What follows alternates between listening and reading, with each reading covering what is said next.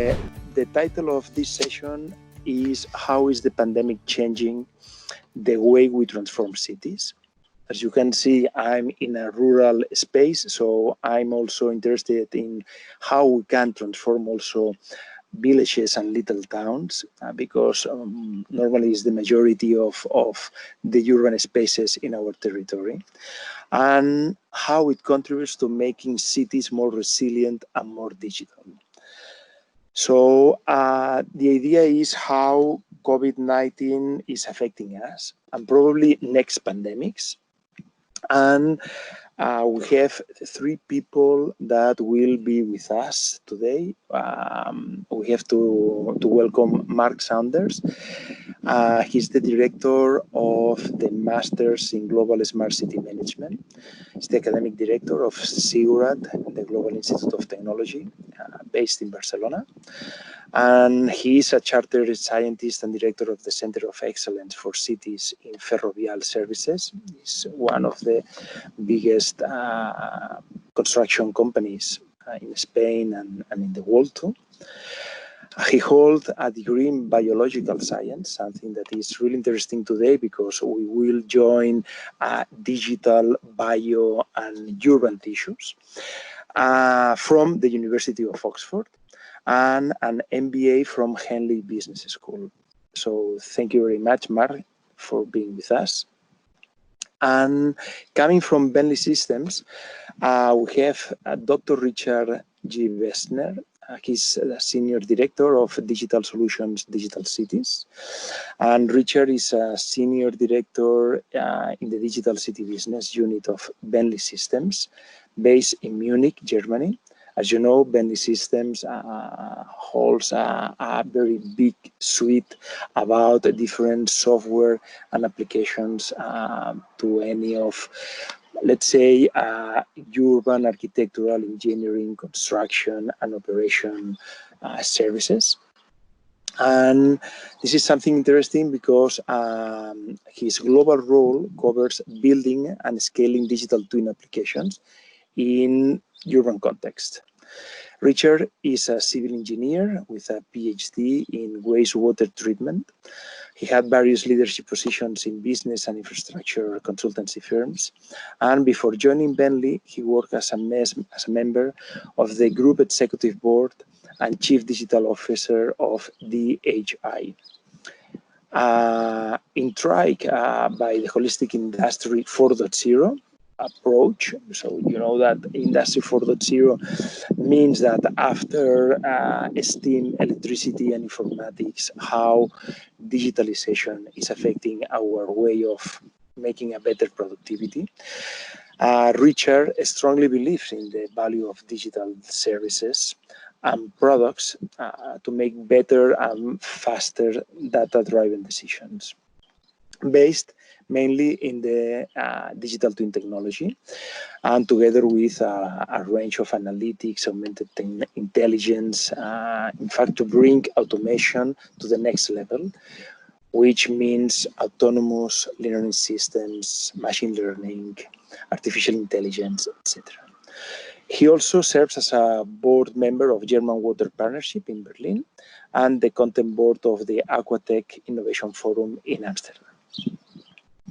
And finally, we have Eduardo Lazzarotto, Director of Product Management and Buildings Director of Product Management for Bentley Systems. Eduardo joins Bentley Systems with a really significant international experience spanning across multiple countries. So he has a lot of experience in different places that during the last 15 years, where he has worked in business development and operations, but also taking senior roles in the rail industry with Rumble on London Underground signaling projects, and in Latin America's largest railway operator, Rumo, before joining Legends. Today we will talk a lot about the Legends as a senior management team.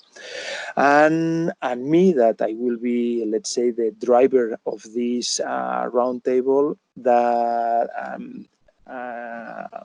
My name is Ignacio Perez Arnal. I'm the CEO of BIM Academy, and we are related to different consultancy and learning programs around AECO as a segment, as architecture, engineering, construction, operation, as I have said, but also with this relationship with sustainability, with the territory, with urban issues, etc. Because in fact, all of these AECO services have to be useful to make a better society and a better industry. So we will have the agenda for today will be 5 big questions, and we will begin taking control of what is this pandemic and how it has been a lever for different key topics. And in fact, how this impact that we are, let's say, suffering after, probably we will see how we can manage this, how it represents a kind of change, and how supports this transformation agenda. We say in BIM Academy, trans/formation agenda. So in fact, we need to change our way of educating, our way of learning, in order to transform ourselves in the way that we can work with climate change, with the people that is exposed to this immediate environment in their homes and out in the streets. As you can see me, I'm in a rural area, and probably these statistics that says that you are only 2.5 hours per day outdoors means that we have to be very, very careful with the interior of the spaces that we are working with, but also with the weather and the impact that we have around us. So the first question that is addressed to all of you, Mark, Eduardo, Richard, which is your feeling about this pandemic and how this pandemic will change our way of thinking and acting in the future years and the future months. So if you guys are happy for me to kick off, if that's okay. Perfect. Yes, perfect. Sure. So, well, Ignacio, first of all, thanks a lot for the introduction.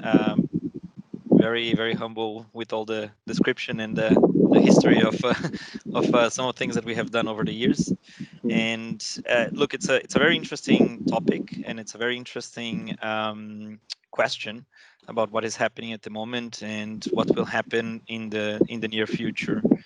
I think, as you mentioned, when we talk a little bit about trends, of course, there are maybe 3 big trends that we have been seeing over the years, and I wouldn't say that the pandemic is a reflection of those trends, but definitely it is a continuation of one of them. So the 3 big trends that we see in transport planning and city design, and a lot in my business of designing buildings as well, one of them is urbanization. So we still see an acceleration of that trend of urbanization around the world. As you mentioned, you are in the countryside now in Spain. I can say the same. I'm actually in the Cambridgeshire in the UK, working from a barn, but I'm usually based out of London. So we'll talk a little bit about that and about collaboration and going digital and working from home and so on. But that is one of the big trends that we have seen over the past couple of decades, and that has been accelerating over the years. Then, of course, global warming is another one that you also mentioned. I think it's a big topic in the agenda for the infrastructure world, in all the different types of infrastructure that we build, and of course, all the different governments around the world. And then a third one that maybe we have overlooked a little bit over the years is a trend of accelerating disruption. And that disruption can come in many ways and many forms. And of course, one example of disruption is actually the pandemic now. I think some people might have predicted that a pandemic was likely to happen over the years, but it's very unlikely that anyone ever imagined it was going to impact the world the way it is impacting right now, and to with the speed that it impacted the world. So literally overnight, we completely changed many things around the world, and we are still adapting to those things, and we will still learn how to change moving forward. But those disruptions, they have been happening to some extent for many years already. So if we get an example that we will talk a little bit more later of stations, for instance, of railway stations, over the past couple of years, we have seen a huge shift from those stations being just a node in the network and just being a place where people go to catch the fastest train to get out of the station and go somewhere else, changing into a destination. So nowadays you go to stations in London, in Paris, and in other big cities, they usually have shoppings, like shops for people to buy stuff. They have offices, they have connections to different types of living arrangements and so on. So they became spaces. And many things have happened around those stations over the years. So of course, technology is one of the big disruption trends over the years. If we look at transportation, for instance, just shy of 10 years ago, the only way to get out of a station would be either by driving your car or getting a taxi. And nowadays, you just go and use your phone to call a pickup service like either Uber, Lyft, or any of the other companies, or you can go and get your electric scooter, or you can get your electric bike, or you can get your short-term rental car, or any other transport options that we have around stations today. And of course, that disruption has been like one of that has caused like many changes in the way we design and operate those stations. The same way that if we look in other industries like hospitality has changed, hotels have changed. Nowadays we have Airbnbs and completely different way of actually going on holidays and interacting in that sense. So that is a big trend, and actually working from home and social distancing in the pandemic is also a disruption to some extent, because it's pretty much how do we operate a railway or a building or a different type of infrastructure in a completely different way that we haven't thought about before. So it is a big trend. I think it's a new requirement. It's something that we didn't really think about before, at least not to the extent that it's happening right now. But it is something that we are adapting to very quickly in many ways and in many different places. And we can revisit that talking specifically about stations and about some owner operators like London Underground, Network Rail, SNCF in France, and how are they actually adapting their stations to keep operations going. But it's a good question. I don't think, well, I'd like to pass over to the other colleagues to see what do they think about how will things change. But I think the biggest change for us today with the pandemic is we need to be better prepared for change moving forward, because that will keep happening more and more as the years come. And that change can come from many different sources. We will see other types of disruption. Of course, the pandemic is an example, but there are many other types of emergency situations, accidents, or wastewater related issues that I'm sure Richard can tell us a lot more about, and many other things that we need to be prepared for, or better prepared than we were in the past. Richard, what do you think? Absolutely. I mean, the way you framed this question with your topic, are there different key topics that are used as or coming out as a lever? I would say, and change that Eduardo was addressing. I believe the last 6 months made us aware of two things which were different. And the one thing is the growing Earth population and mass density of people definitely makes us vulnerable to impacts of all kinds of disasters and hazards, be it an acute earthquake or power outage, be it a long-term climate change, or be it a visibly growing pandemic. And now I sense a different perception of risk and a sensitivity and wish for striving to be better able to cope with increasingly changing conditions, as Eduardo just said.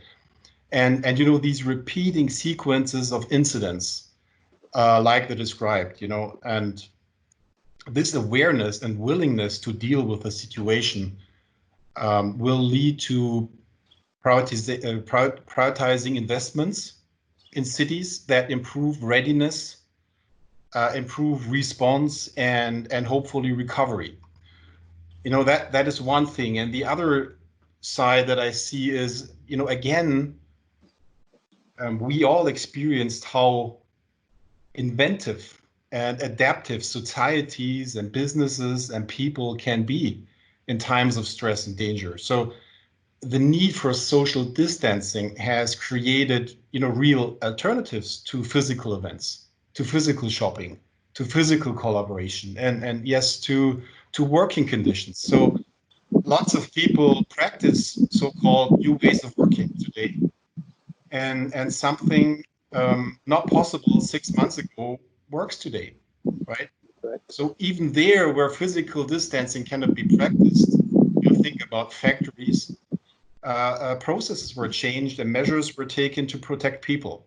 And oops, I mean, we learned it's not so bad.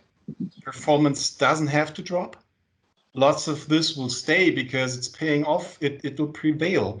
And customer sentiment changes. We read these reports and we like it. So, you know, not everything, but there are things that will definitely stay. So I'm talking about the opportunities we are exploiting in this crisis, which can lead to, well, let's call it transformational development.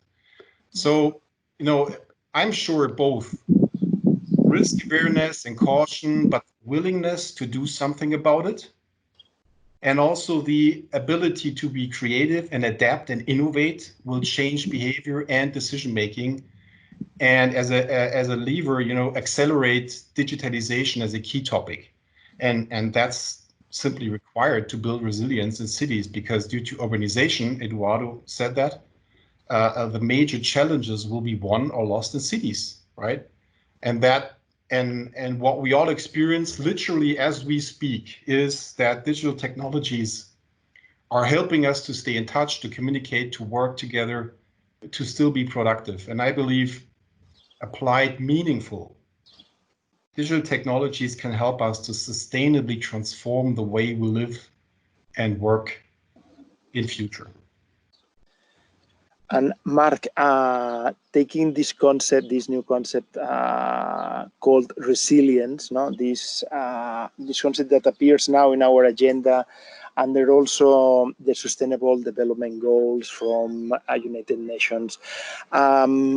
How do you understand, as being director of one master degree in smart cities, how people can understand this value of resilience, or as Richard has said, you know, that this transformation development can be a value to give a new capacity to transform the environment? Thank you, Ignacy. I think the first thing to say is, of course, the pandemic has been a terrible thing for so many people. But as my colleagues are saying, that what it has really done is increase the platform for change. Everything we do, you know, how we live, how we work, how we travel has been impacted by this, as Eduardo and Richard have said. So in that context, resilience is about responding to an impact of some description, and I think I say generally, resilience was seen as discretionary, optional. You know, it was how a city planned to respond to particular issues that honestly we didn't think were going to happen. So it could be terrorism or some other element like that, but we didn't really think those were going to happen.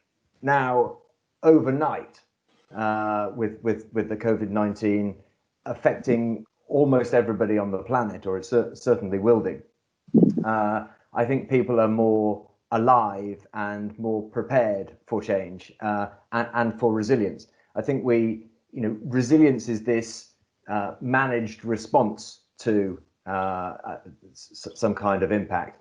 And we have seen our governments, our states or regional government and our local governments and our communities all respond to this, mainly in very positive ways. We have seen community cohesion improve. We have seen city management, state management, national management coming together to help. So I think that going forward, the topic or the discipline of resilience will definitely be better. Ignacio, you said in your introduction about future pandemics. Well, I hope you're wrong, but I fear you might be right. And certainly, whilst we can't predict things, I think what we will be much more willing to do now is to be prepared for things, and we need to put some activities in place now to be prepared. That's right. No, I think it's something interesting about the same word resilience. No, that it's not to be a stop, but to have a response to something that stops you. No, you have said or you have been talking about terrorism, for example. No, but also we have seen right now the bomb in Beirut or some wars that are happening in some places, but at the end is something that at the end cannot stop the movement of the city, no, the businesses, the retail, the entertainment, food, drink, etc. No, there has been, for example, a big discussion in Spain if bars had to be open, or better museums, or better theaters, or how to keep open the cinema, or what happens with football, for example. No, but right now we are in front of the next. I think in Germany you have already begun the academic course for the kids. So how schools, universities have to respond to that. No, but this is really, I would say, very related to what means transport and mobility too. No, so social distancing means that we have to keep some distance between us, but normally this is something more difficult when we are all of us in movement in the cities. No, so how do you think that this topic about transport plus mobility plus social distancing will affect us in traveling, in public transport, in private transport? How we can measure this? How we can have? I suppose that we will have fewer accidents and fewer deaths. Thanks to this situation, but this is already good. We can have all the items that we need, all the goods that we need in our cities, in our places. How we can deal with this? You are the expert, Mark, Eduardo. You are experts on about this kind of mobility, air quality in the city. How you can deal with this right now? Sure. So maybe if I can answer that using an example of one of our users that is Transport for London. That is pretty much the owner operator of all transport in the city of London, particularly of the London Underground, the oldest tube or metro or subway, depending on where you are in the world. But the operator of that rail system that takes so many people every day to work and in between activities in the city. So TfL has been for many years using simulation systems to actually not necessarily predict change and predict what exactly is going to happen, but definitely to improve the operation of that asset over time. So either with brownfield projects like refurbishing stations like Waterloo Station, London Bridge, Bond Street Station, that have been operating for many, many years, many decades actually, and then going there and upgrading those stations, and by using simulation and by using the latest technology, making sure that they can future-proof, as they say, those stations, and improve the quality of the journey of the passengers, and improve the output and the delivery of the service of transportation for those passengers. And also greenfield projects. I mean, we can always talk about Crossrail. It's a great project. It's in delivery mode at the moment. Yes. Or even some of the new projects that we have in the UK, like High Speed 2, which is pretty much a partnership between Transport for London, Network Rail, and central government and a few other players. But to a large extent, what successful owner-operators like Transport for London do is today, in 2020, they're looking at digitizing their infrastructure. So if we look at the plan of High Speed 2 to build a new railway, which is going to be a high-speed railway crossing the UK from London to Birmingham and then continuing to the north of the country, their plan is to build a completely digital twin of the railway before they lay any track on the ground. So they want to use that digital twin to plan the best route, the best materials. They want to save money. They want to get the right people at the right place, the right data to the right players in the project. They want to be able to predict some of these different disruptions, either from weather or from delivery of materials or from different components of that project. And they want to make sure that they deliver that project on time and on budget, of course, and also thinking about the component of the environment, delivering that project in the most kind of an environmental friendly way. But then the objective of that digital twin is that that digital twin will live on. So they will use that digital twin to keep simulating the operation, the maintenance, and the whole life cycle of that asset moving forward. So they can make the most out of that piece of infrastructure that is going to cost quite a lot of money. But they want to make sure that that asset can keep improving pretty much throughout its life cycle over the next couple of decades that are coming. So probably, Eduardo, something that it will be interesting will be the fact that suffering these pandemic times, we can give to this model an extra intelligence, no? We can add some scenarios that probably in normal conditions we would never would have been thinking about it, right? Absolutely. So we mentioned a few times social distancing as a concept, and of course this is a new requirement now, or has been a requirement over the past couple of months with COVID. And when we talk about simulation, one of the products that we have at Bentley is actually people movement simulation. So how do people behave inside of spaces, and if they are in a station or a shopping mall or a stadium, where do they go, how fast do they walk, and which parts of the building are they going to crowd, and so on. And you're absolutely right. I think to build a simulation, what you need is actually to understand how people behave. And this is how we built the software in the beginning. Like we went and installed cameras in stations, in airports, in stadiums, to learn how people approach the stair, an escalator, a lift. And you're absolutely right. Now the world might change. People might start to behave in a different way and start social distance. And if that is the case, then we will have to relearn how will people behave moving forward. And Mark, do you think that this is clear that the street has changed, probably with the electric vehicles,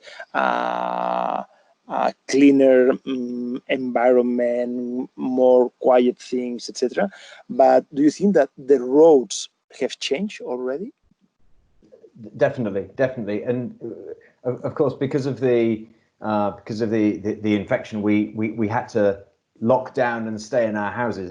Different countries and places had different approaches, but you know, that was basically true, that we had to stop traveling. Now, certainly in many parts of the world where people are starting to move again, sometimes they're moving again in different ways. I can speak from, you know, a lot of European countries, for example, and places in Europe where active transport, so this increase in walking and cycling, using our own energy rather than fossil fuel or electricity to move ourselves around. Well, that's certainly increased. We've seen certainly in the UK and other places, like Paris, for example, have given more of the road space over to cycling and walking. That's right. This is to allow the social distancing, of course, but it's also to respect the way that people want to travel. I think a key question we have, and I would be surprised if anybody had the answer, is to understand whether this was a temporary issue or whether this is a permanent issue. Yeah. So, for example, if on a 4-lane highway, if we take 2 lanes back for cycling and walking, well, is that permanent? Is that for 1 year, for 2 years, for 5 years? So these are really interesting points, and I think before the pandemic, everybody was promoting for all of the right mobility reasons, public transport and getting more people together on trains, trams, buses, tubes and metros. But actually, we've seen that people haven't necessarily gone back to that. Obviously, we hope they will for mobility efficiency. But we've seen some people prefer their own car, which in many senses is a retrograde step, because that is their own car, their own safe space, and this sense of feeling safety in your own car rather than sharing the same space, close space as other people. I think that's a very important thing that we need to consider, because of course we've been working for many years to support public transport and efficient, in and out of the city. So yeah, very much think things have changed. People have preferred different travel modes, and we have to adapt to that, and city governments have to continue to adapt to those changes. May I make a statement, Ignazi, to that? Yes. Because Mark, yes. You had this question, and I would also like to refer to what you said, Ignazi, about this resilience topic. So, I think the main challenge here will be flexibility and adaptability. So it's not so important, when do we have to build the street again back from, cycle lanes to car lanes. It has to be an inbuilt option. And Ignazi, you said at the beginning, keep things going. So this kind of continuity and safety and security, despite chronic stresses and acute shocks, that's resilience. That's a goal, right? And cities, you can say that's a target state, if you so will, and hence people value resilience. So the question today for cities is, how do they get there?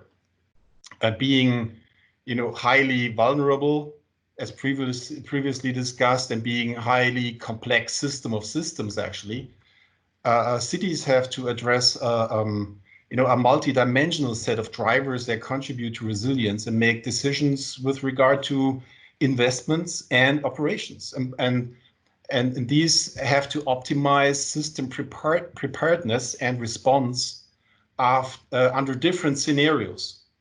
And now some of these scenarios have to be extreme, unimaginable, never experienced before, because we are simply now stepping into a new era of extremes. I mean, that's quite clear.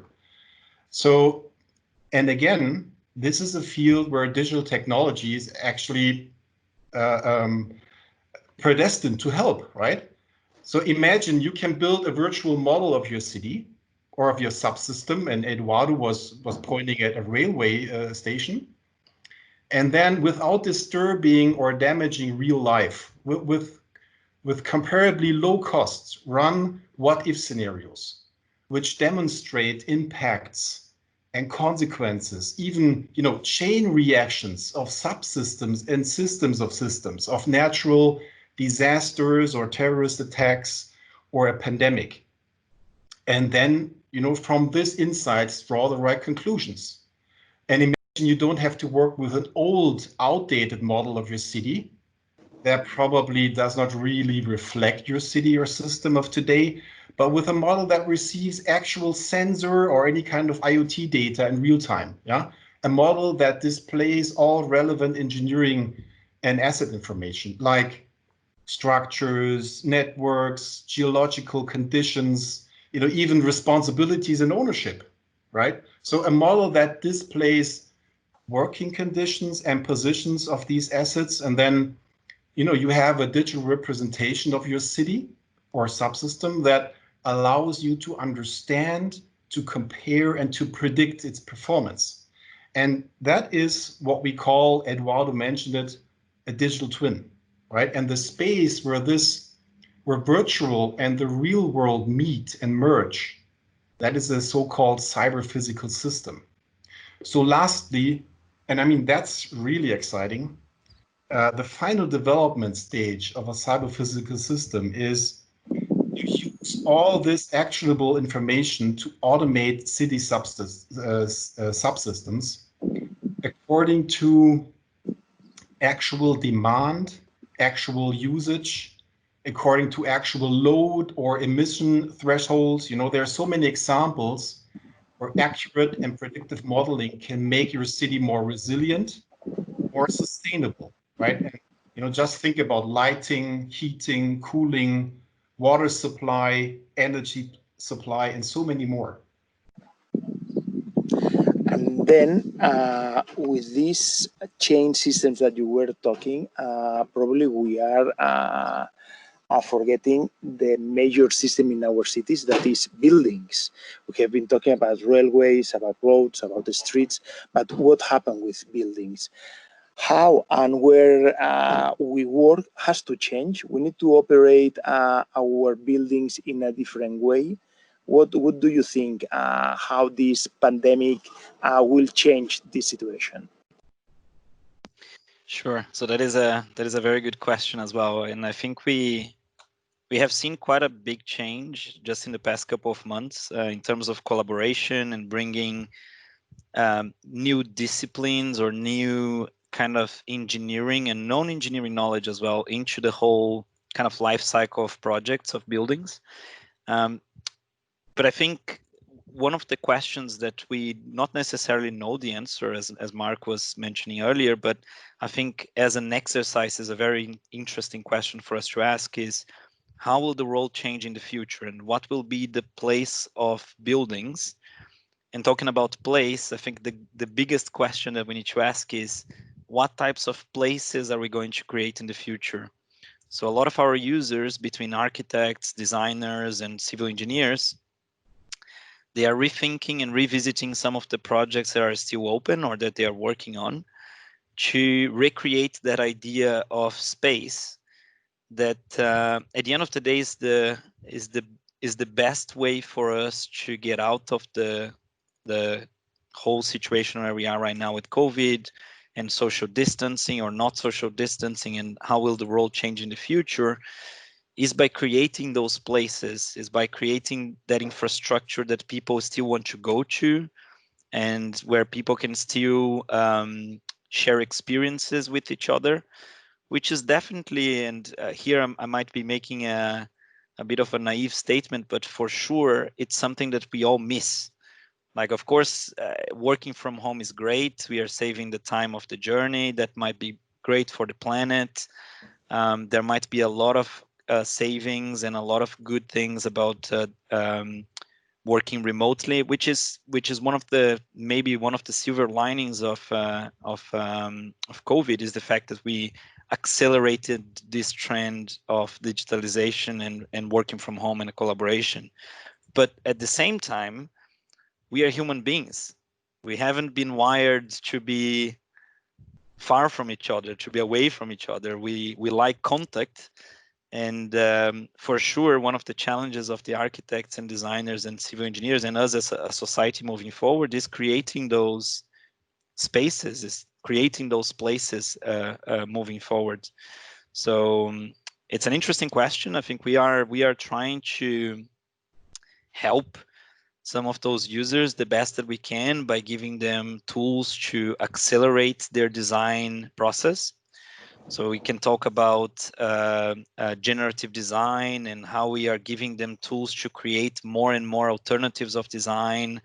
We can talk about design for manufacturing. So how can we accelerate the process of building or delivering buildings? We can talk about some of the requirements moving forward of those buildings being resilient or being adaptable, which to a big extent means being modular and being scalable, as we are seeing in many parts of the world. So it's a very interesting topic, but I think we are pushing the boundaries of design of buildings today around the world. Mark, what about these spaces that are common in the buildings, but also common areas in the cities? No? How we will have to design next buildings, but also next common urban spaces in the cities? It's a good question, and building on what Eduardo has said about buildings, we recognise, of course, that in recent times we've been using our buildings differently, different models. For example, I've seen one of a lecture theatre in a university that can only, because of its shape, with social distancing, can only fit 17% of the people in, addressing a 2 meter social distance. From a conventional office building, maybe that's a little bit more, but yeah, we've started to use, we're having to use our existing buildings differently, which is one point. I think the point, building on the modularity of buildings, building on Richard's word, flexibility, maybe that's something that's going to be interesting for future architects and building services designers to think about how individual buildings can be flexible for change. And then your further point, Ignacy, on the public realm outside the building, how people physically get to the building and get out of the building. Again, this is something that we're having to think about for social distancing. Do we increase the footways or the sidewalks or the pavements, depending on where you come from, to allow social distancing? And again, how long do we have to do that for? What does that mean to the flow of traffic, which of course is hugely important for a place, for a city? So yes, it's the building, how we use it now, how we will use it in the future, and the future design of buildings, I think, is an interesting point. But all of the space around buildings, that too. Just like to bring up one more thing you said earlier on nature and air quality. Well, this is certainly something that we have appreciated. It's one of the few good points in this pandemic, is that we've seen nature come back and biodiversity increase. Air quality has improved in many places as traffic has reduced. So I think there is a feeling from the public, and we as professionals need to respond to that, which is to move forward with the good aspects that came out of the pandemic, but be resilient against the bad bits. And then now we are arriving to the last question. It's a pity because I would love to be talking with you during days. All of these topics are really interesting for me, and I hope for everybody. The last question is about being digital. It seems that something that we were working in some way, remotely or not, but we were traveling a lot. We were using some, let's say, some Skype, but Zoom. You have seen how it has grown. What do you think about this digital technology? Richard, what do you think from the perspective of their own society, the people, how they have transformed their own values in the sense that they want to use or they need to use these digital tools in order to make their work? No? People is talking about, well, probably we will change the way of working. But it seems that it will only be the change of the place where you are working, because at the end, all of us, we are working with these new digital tools. No? So, Richard and the other colleagues, please, I would, because it's the last question, I would like to know more about the tools that you imagine that will be useful in the next month, in the sense of social distancing, in the sense of how we can design these new buildings, these new roads, these new cities, these new transport modes. Richard, which would be your point? Sure. Generally, I would say we see that digitalization is pushed through this crisis here, and I expect that some of the investments made in the past in city infrastructure will actually be shifted from, let's simply put it, from concrete and steel into digital equipment and tools. So you were asking for tools, you were asking for digital gadgets and equipment, and this shift can even be more efficient with regard to outputs. So reflecting on this digital augmentation, the question is, what do I use and how can I actually use that to be better and to move faster? So, and I think you can always improve. However, for that, some conditions have to be met and some lessons learned should be considered. And just to name a few only, and I always start with people. Be it your staff or your customers or your users. I mean, you have to invest enough in their skills, avoid people being scared by helping them to master technology. Do not underestimate organizational inertia against change. We spoke about change a lot, and digital transformation is a big change. Then second, you need to have a vision and a strategy as a city, as a company, a utility, whatever. I mean, they all need a vision and a strategy which explains the why and the what of going digital, which shows top management commitment and allows creativity at the field level. And there's so much innovation bottom up if you give freedom and recognition to your people. So the strategy should follow actually design thinking principles, which is a problem finding methodology, and answer the question, what are the pain points you want to address and what kind of return of investment do we expect? And then experimentation. Start small with subsystems in an easier context with limited challenges. Invite your city ecosystem to join this, like do a hackathon, for example, and collaborate and then go bigger and faster. So, for example, if you have a CAD or a BIM model, that's a perfect starting point for building a digital twin. Then continue with combining asset twins and process twins and then scale that. And finally, I mean, that's, very much going back to your question, what do we need here? Be as open as possible. We know these Gemini principles, and I mean open in three ways. I mean open to multiple disciplines, open to analysis and simulation, and open to collaboration, as just said.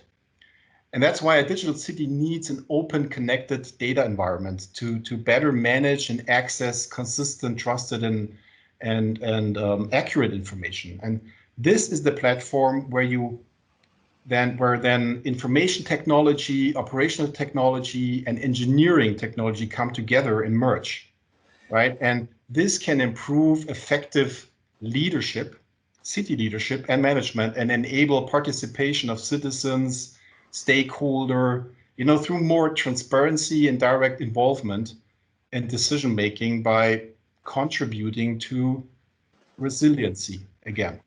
Richard, could you help people that doesn't know about Gemini principles? What is that? Can you make a brief description of that in order that people that can follow us can understand what are them? So this is, as much as I know, coming from the UK government or initiative, which more or less says, what are the main principles, and they were, actually first applied for building information modeling, and now they also apply for digital twins, which say, what is the purpose of this? What kind of trust do you need in these systems and digital tools, and what is the function? And actually, the center of this matrix where you kind of make these principles for digital technologies is openness. And of course, you have to also cover the security aspects. Quality is a very important requirement. And all of this, if you see the functional level, I was just referring to connected data environments. Federation is there as a statement, but also, nothing stays static. So there is an evolution, and this kind of these principles give kind of the frame for digital enhancement, or go digital for the AEC industry very general, and we can apply it here in this context to digital cities. Very good. Thank you so much, Eduardo. Mark, do you want to add something about this this need to go digital? Shall I add something very quickly, and then Eduardo, maybe finish with you. So yeah, building on what Richard said, absolutely. I think we have become more reliant on connectivity and different systems. We have managed to continue to operate, to our commerce, our industry has still managed to move despite not being able to meet together, and oftentimes not being able to travel. So that's the reliance on systems, and I think connectivity. So 5G infrastructure and rollout will be something that is one that could be accelerated, because people now truly understand the value of connectivity. And just building on something that Richard mentioned about collaboration and design thinking, I believe this absolutely as well. And I think systems that reach out to the community, so not just our staff and stakeholders within a project, for example, but to the wider public and community. I think those kinds of systems will see an increase as well. And I see the community much more willing and able now to respond to those requests for information. Eduardo. Thank you very much. And look, I fully agree with what everything that Richard and Mark said. I think just picking up in one point that I think it's always important for us to mention in these types of conversations, and just going back to some of the podcasts and other discussions that we had around social distancing, technology, and digital twins over the past couple of weeks. It's a question around upskilling and pretty much the new engineer or the engineer of the 21st century, and how should people start looking into knowledge moving forward. And I think there are a few trends that we see there. I think definitely number one thing that we should be thinking about is actually people from many perspectives. Like, we should be designing for people. We talked a lot about social distancing, about spaces and places, about how will the world change for people moving forward. Mm. But I think an important topic is also, who are those people? Who are these engineers that will be designing those spaces and places for all the consumers and for all the final users of systems? And I believe there is a big trend that we have been seeing already for a number of years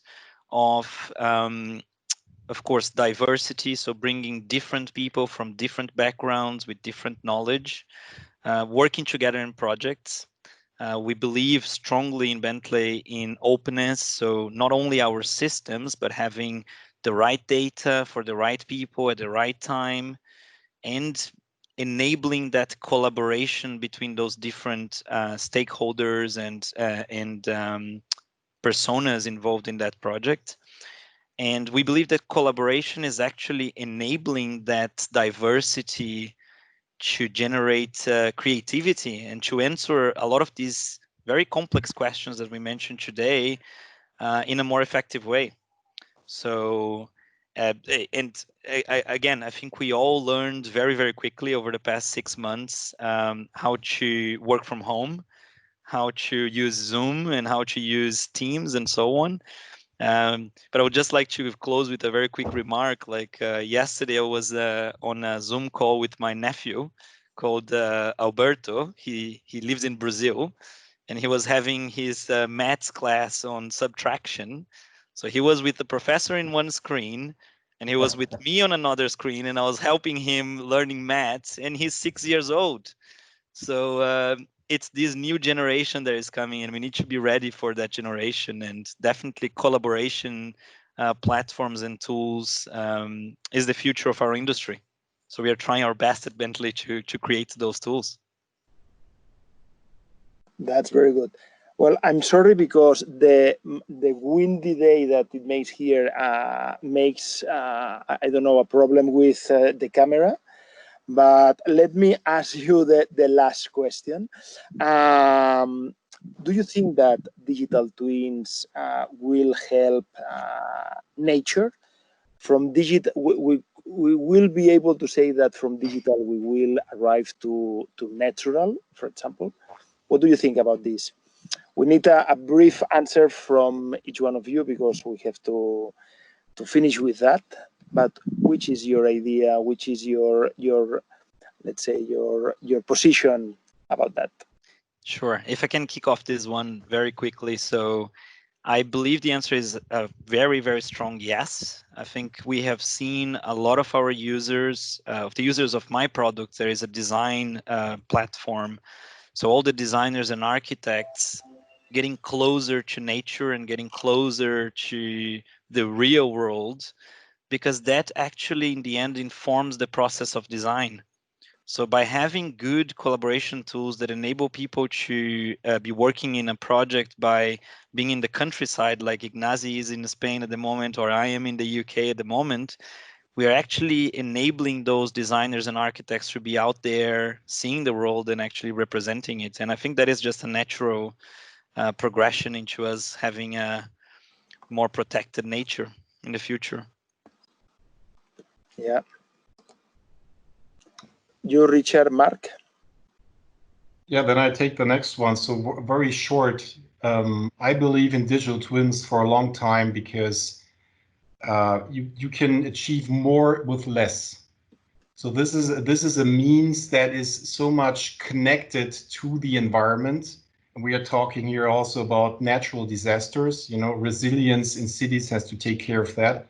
I mean, that will be an efficiency on the next level.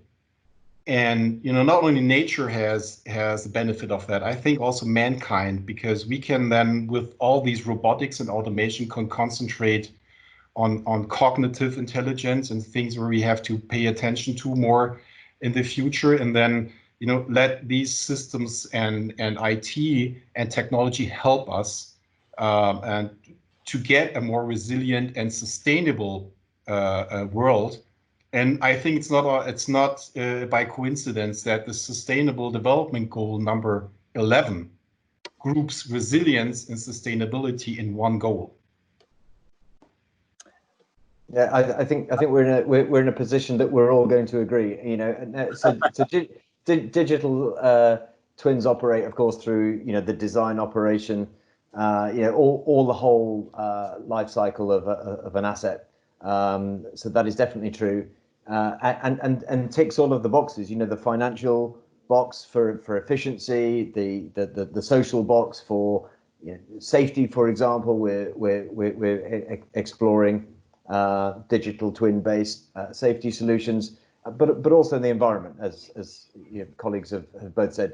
You're able to test or scenario plan in advance of doing something, certainly to find the optimal environmental solution as well. So yes, because it achieves all of those objectives.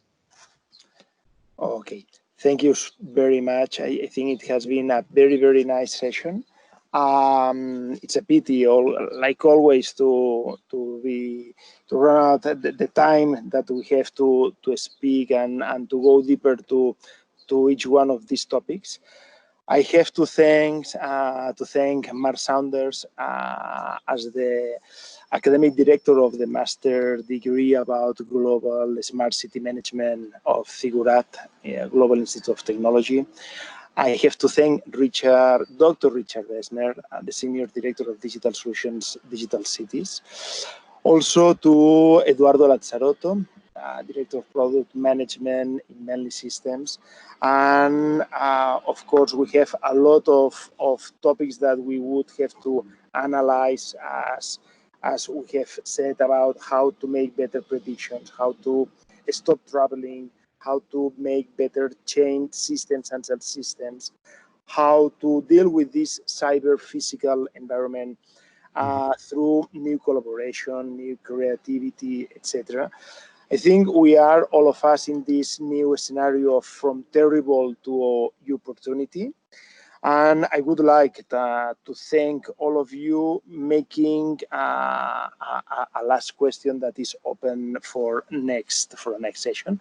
That is from Jorge Wagensberg. He's a physician from Spain. He died some years ago, and he was the director of the Science Museum in Barcelona.